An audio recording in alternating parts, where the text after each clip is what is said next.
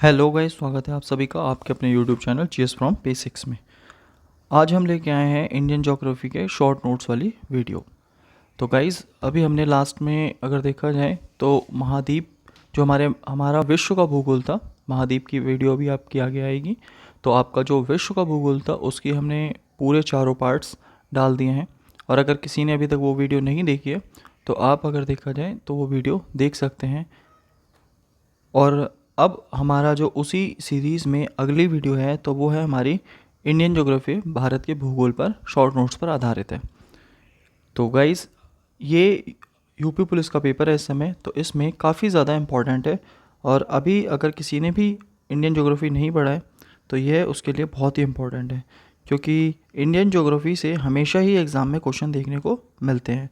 और ये किसी भी एग्ज़ाम का, आप अगर चाहें यूपी में देखें या अगर आप देखें तो स्टेट के एग्ज़ाम में या सेंट्रल के एग्ज़ाम में, तो ये सबसे ज़्यादा इम्पॉर्टेंट टॉपिक है और यहाँ से क्वेश्चन आते ही हैं। तो उसी सीरीज़ में चलिए टाइम वेस्ट नहीं करते हैं और हमारा देखते हैं भारत का भूगोल। चलिए शुरू करते हैं। तो हमारा अगर देखा जाए भारत का एक सामान्य परिचय, तो भारत अगर देखा है कौन से प्राचीनतम भूखंड का भाग है, गोंडवाना लैंड का। जब पृथ्वी की उत्पत्ति हुई थी उस समय अगर देखा जाए एक भूखंड बना था जिसका नाम था, अगर देखा जाए, पैंजिया। और पैंजिया के किनारे एक सागर बना था, पैंथालासा। और यही पैंजिया जब दो भागों में टूट गई थी तो उत्तर वाला था अंगारा लैंड और दक्षिण वाला था गोंडवाना लैंड। और इसी गोंडवाना लैंड से क्या बना है, भारत बना है।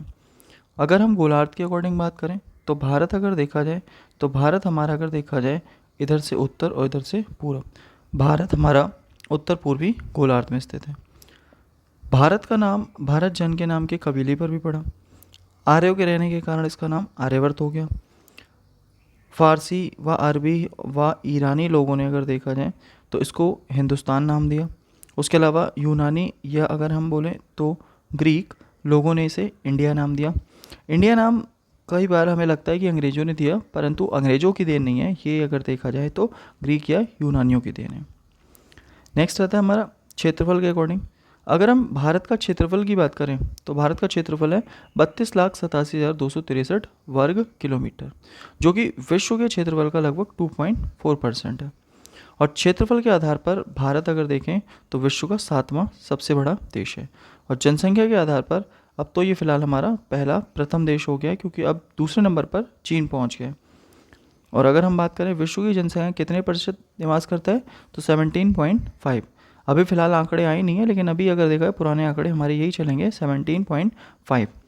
अब जैसे ही नए आंकड़े आएंगे, क्योंकि अब ये प्रथम स्थान पे हो गया, तो हो सकता है यहाँ पे आंकड़े चेंज हो जाएं।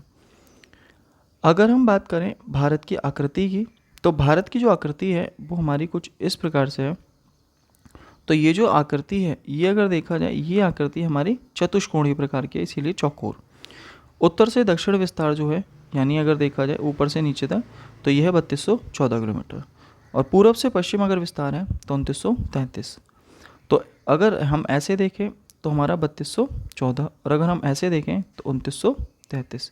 और अगर आप कभी इसमें कंफ्यूज हो जाए तो एक बात याद रखना, ये आपकी हाइट है। अगर आप सीधे खड़े हो तो आपकी हाइट ज़्यादा है, और आपने हाथ फैलाए तो आपके हाथ अगर देखा जाए तो आपके हाथ कम फैले, तो कम फैले यानी 2933, और आपकी हाइट ज़्यादा है यानी 3214। भारत की स्थलीय सीमा की अगर हम बात करें तो ये 7 देशों से लगती है, और भारत के 16 राज्य और 2 केंद्र शासित प्रदेश भारत की स्थलीय सीमा पर पड़ोसी देशों के साथ लगते हैं। अब स्थलीय सीमा की अगर हम लंबाई की बात करें तो स्थलीय सीमा लगभग अगर देखा 15,106 किलोमीटर है। कहीं कहीं आपको 15,200 भी देखने को मिल जाएगी। तो थोड़ा बहुत जो विवाद रहता है, जैसे हमारा अगर विवाद है, हमारा एक विवाद है सरक्रीक विवाद है पाकिस्तान के साथ, इसके अलावा पीओके विवाद है, इसके अलावा अगर देखा जाए अफसाई चीन विवाद है, और एक हमारा डोकलाम विवाद है, और हमारा बांग्लादेश के साथ भी विवाद था। तो इसी कारण अगर देखा जाए ये कुछ विवाद हैं जिनके कारण ये सीमा रेखा आपको जगह जगह चेंज देखने को मिलेगी। इसमें हमारा अगर बात आती है दूसरा, मुख्य भूमि अंडमान निकोबार द्वीप समूह सहित लक्षद्वीप समूह सहित भारत की जो तट रेखा की कुल लंबाई है वो है लगभग 7,500, यानी 7,517 किलोमीटर। और अगर हम केवल अगर देखा जाए अंडमान निकोबार और लक्षद्वीप को हटा दें तो लगभग 6100 किलोमीटर के आसपास बैठती है, और टोटल हमारी कितनी है, लगभग 7,500। नेक्स्ट रहता है इसी में भारत का अक्षांशीय विस्तार। तो भारत का जो अक्षांशीय विस्तार है, यानी अक्षांश हमारे अगर देखा जाए जो अक्षांश और देशांतर होते हैं, तो अक्षांश रेखाएं यहाँ से यहाँ तक और देशांतर रेखाएं इधर से इधर तक, यानी इधर हमारा 8 डिग्री 4 मिनट है और ऊपर हमारा 37 डिग्री 6 मिनट है। तो भारत का अक्षांश विस्तार 8 डिग्री 4 मिनट उत्तरी अक्षांश से 37 डिग्री 6 मिनट उत्तरी अक्षांश के मध्य। भारत का देशांतरीय विस्तार 68 डिग्री 7 मिनट पूर्वी देशांतर से 97 डिग्री 25 मिनट पूर्वी देशांतर के बीच है। तो यहाँ 68 डिग्री से ये शुरू होता है और 97 डिग्री 25 मिनट तक लगभग ये जाता है। तो 68 डिग्री 7 मिनट और 97 डिग्री 25 मिनट। इसमें आपको विशेष अक्षांशीय विस्तार उत्तर से उत्तर में है और देशांतरीय विस्तार पूर्व से पूर्व में है, तो ये ध्यान रखना है आपको। नेक्स्ट है हमारा इसी में, भारत का सबसे पूर्वी बिंदु किबिथु अरुणाचल में पड़ता है, सबसे ज़्यादा ईस्ट में पड़ता है। सबसे ज़्यादा वेस्ट में अगर हम देखें पश्चिमी बिंदु गौर माता गुजरात में है। सबसे ज़्यादा अगर हम नॉर्थ में देखें तो नॉर्थ में अगर देखा जाए हमारा एक पॉइंट है सबसे उत्तरी बिंदु इंदिरा कॉल, जो कि पहले कश्मीर में था लेकिन अभी हो गया लद्दाख में। भारत की मुख्य भूमि का दक्षिणी बिंदु ये कन्याकुमारी है, कन्याकुमारी तमिलनाडु में है। अब दक्षिण वाले में एक डाउट आता है क्या, कि एक तो हो गया दक्षिणी बिंदु और एक हो गया मुख्य भूमि से दूर अंडमान तथा निकोबार द्वीप समूह में स्थित दक्षिणतम बिंदु, तो वो है इंदिरा पॉइंट, पिग्मेलियन पॉइंट या पार्सन पॉइंट। तो हमारे दक्षिण में दो बिंदु हैं, एक है मुख्य भूमि का और एक है दक्षिणतम। तो अगर कभी भी कन्याकुमारी और इंदिरा पॉइंट या पार्सन या पिग्मेलियन अगर आपको दोनों ही दे रखा है तो आपको ये याद रखना है कि उसने मुख्य भूमि का पूछा है या फिर दक्षिणतम का पूछा है, तो ये आपको क्वेश्चन में देखने को मिल जाएगा। नेक्स्ट है हमारा कर्क रेखा। कर्क रेखा भारत को दो भागों में विभाजित करती है। भारत की अगर हम बात करें तो भारत को हमारा कुछ इस प्रकार से कर्क रेखा दो भागों में विभाजित करती है। ऊपर वाला उपोष्ण कटिबंध में आता है और नीचे वाला उष्ण कटिबंध में। अब कर्क रेखा पर 8 राज्य स्थित है।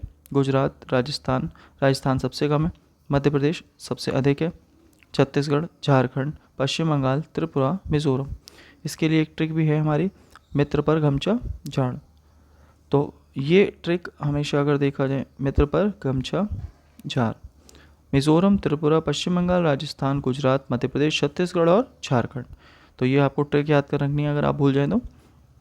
कर्क रेखा के उत्तर वाला भाग उपोष्ण और दक्षिण वाला भाग उष्ण, यहाँ से भी क्वेश्चन आया हुआ है तो ये आपको ध्यान रखना है। नेक्स्ट है भारतीय मानक समय रेखा। तो भारतीय मानक समय रेखा हमारी कौन सी है, जो जहाँ से हमारा टाइमलाइन लिया गया है। तो भारतीय मानक समय रेखा लगभग यहाँ हमारा 82.5 डिग्री पूर्वी देशांतर है। तो 82.5 डिग्री पूर्वी देशांतर रेखा को हम बोलते हैं भारतीय मानक समय रेखा। ये यूपी के मिर्ज़ापुर या इलाहाबाद के नैनी से होकर गुजरती है। ये 5 राज्यों से होकर गुजरती है, यूपी, एमपी, मध्य प्रदेश, छत्तीसगढ़, उड़ीसा और आंध्र प्रदेश से होकर गुजरती है।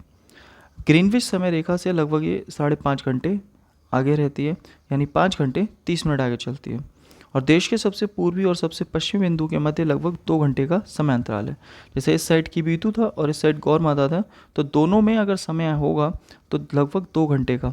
अगर यहाँ सूरज 6 बजे निकला है तो यहाँ सूरज 8 बजे निकलेगा। आप ऐसे इस बात को समझ सकते हैं कि लगभग दोनों में 2 घंटे का अंतराल देखने को मिलेगा। नेक्स्ट आता है हमारा आगे इसी में, कर्क रेखा तथा मानक समय रेखा एक दूसरे को कहाँ काटती हैं, तो ये छत्तीसगढ़ राज्य में काटती है। कर्क रेखा हमारी ऐसे जाती है और मानक समय रेखा इस तरह से, तो दोनों अगर देखा छत्तीसगढ़ में एक दूसरे को काटते हैं। भारत एकमात्र ऐसा देश है जिसके नाम पर किसी महासागर का नाम है। जैसे हिंद महासागर है, बाकी आप कोई भी महासागर पढ़ेंगे तो किसी भी देश के नाम पर उसका नाम नहीं है, केवल इकलौता ऐसा है हिंद महासागर। क्षेत्रफल की दृष्टि से भारत का सबसे बड़ा राज्य राजस्थान और सबसे छोटा गोवा। क्षेत्रफल की दृष्टि से अगर हम केंद्र शासित की बात करें तो सबसे बड़ा है लद्दाख और सबसे छोटा है लक्षद्वीप। और अगर हम जनसंख्या की दृष्टि से भारत का सबसे बड़ा राज्य देखें तो यूपी और सबसे छोटा सिक्किम।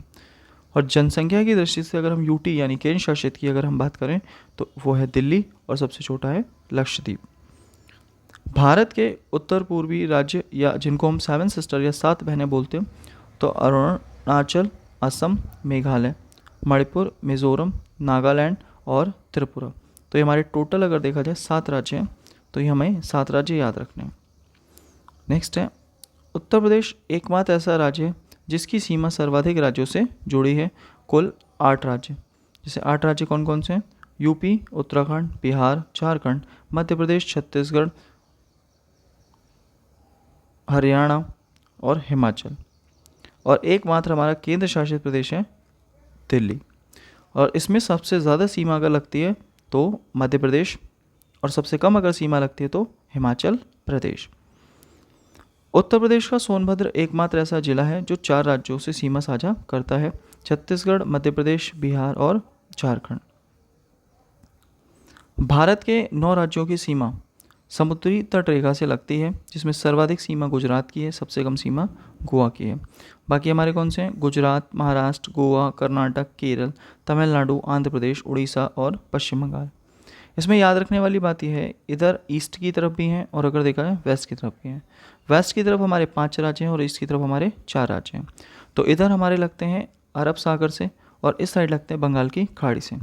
तो गुजरात, महाराष्ट्र, गोवा और कर्नाटक, केरल ये हमारे वेस्ट में हैं और अरब सागर से लगते हैं। तमिलनाडु, आंध्र प्रदेश, उड़ीसा और पश्चिम बंगाल ये हमारे ईस्ट की तरफ हैं और बंगाल की खाड़ी से लगते हैं। भारत के केंद्र शासित राज्यों में पुडुचेरी ऐसा केंद्र शासित प्रदेश है जो 3 राज्यों में फैला है, जिसके अंतर्गत यनम आंध्र प्रदेश, कराईकल तमिलनाडु और माही केरल में है। और मूल पांडुचेरी भी आते हैं और मूल पांडुचेरी हमारा तमिलनाडु में ही स्थित है। रेड क्लिप रेखा अगर देखा जाए तो रेड क्लिप रेखा भारत और पाकिस्तान के बीच है और इसे अध्यारोपित सीमा का उदाहरण बताते हैं। क्यों? क्योंकि ये किसी और के द्वारा बनाई गई है, ना कि अगर देखा जाए हमारे खुद के द्वारा। और रेड क्लिप कई बार भारत और बांग्लादेश के बीच में भी देखने को मिलती है, क्योंकि बांग्लादेश का जो पुराना नाम था वो था पूर्वी पाकिस्तान। मैकमोहन रेखा की अगर हम बात करें तो भारत चीन के बीच में। डूरंड रेखा अगर हम देखें तो डूरंड रेखा की अगर बात आती है तो भारत और अफगानिस्तान के बीच में। इसके अलावा अगर हम बात करें कुछ हमारा अगर देखा जाए, जैसे भारत और पाकिस्तान के बीच में एक रेखा और है, भारत पाकिस्तान के बीच में हमारा 24 डिग्री पैरेलल या 24 डिग्री अगर देखा जाए समानांतर रेखा भी हमारी किसके बीच में, तो भारत और अगर बात आएगी पाकिस्तान। इसके अलावा अगर बात आती है एक रेखा हमें देखने को मिलती है शून्य रेखा। तो शून्य रेखा भी आपको याद रखनी है। तो शून्य रेखा जो है वो है अगर देखा जाए जो हमारा त्रिपुरा है। त्रिपुरा मतलब त्रि मतलब 3 और पूरा 3 तरफ से पूरा किससे घिरा हुआ है? ये घिरा हुआ है बांग्लादेश से। तो त्रिपुरा की जो लाइन है स्पेशली बांग्लादेश में, उस लाइन को बोलते हैं शून्य रेखा, 0 लाइन। तो आपको ये तो लाइनें हैं ही हमारी important, red clip, McMahon, Durand. इसके अलावा 24 डिग्री पैरेलल ये भी हमारी अगर देखा जाए भारत पाकिस्तान के बीच में। और शून्य रेखा अगर देखा जाए तो त्रिपुरा की है जो हमारी बांग्लादेश के साथ सीमा साझा करती है। तो ये गाइस थी हमारा अगर इसका पार्ट 1 और नेक्स्ट हम लेके आएंगे कल इसको पार्ट 2, तो जिसमें हम आगे बात करेंगे पड़ोसी देश और उनसे लगने वाली सीमा और उनसे लगने वाले राज्य, क्योंकि बड़ा ही इंपॉर्टेंट टॉपिक है। और पैट के एग्जाम में भी अगर देखा कई बार यहाँ से आपको क्वेश्चन देखने को मिला है और अब तक 3 पेपर हुए हैं तो तीनों पैट में आपको क्वेश्चन देखने को मिला है। तो ये काफ़ी इंपॉर्टेंट है। और हमारा जो यूपी का कोई भी एग्ज़ाम हो, तो अगर हमारा भारत का भूगोल हो गया या यूपी का एग्ज़ाम हो या कहीं भी आपका स्टेट का एग्ज़ाम हो या सेंट्रल का एग्ज़ाम हो, वहाँ के लिए सबसे ज़्यादा ज़रूरी है। और गाइस अगर वीडियो अच्छी लगी हो तो प्लीज़ वीडियो को लाइक करें, शेयर करें, सब्सक्राइब करें चैनल को। और अगर ज़्यादा अच्छी लगे तो प्लीज़ इसे ज़्यादा से ज़्यादा शेयर करें। Thank you guys, thanks for watching.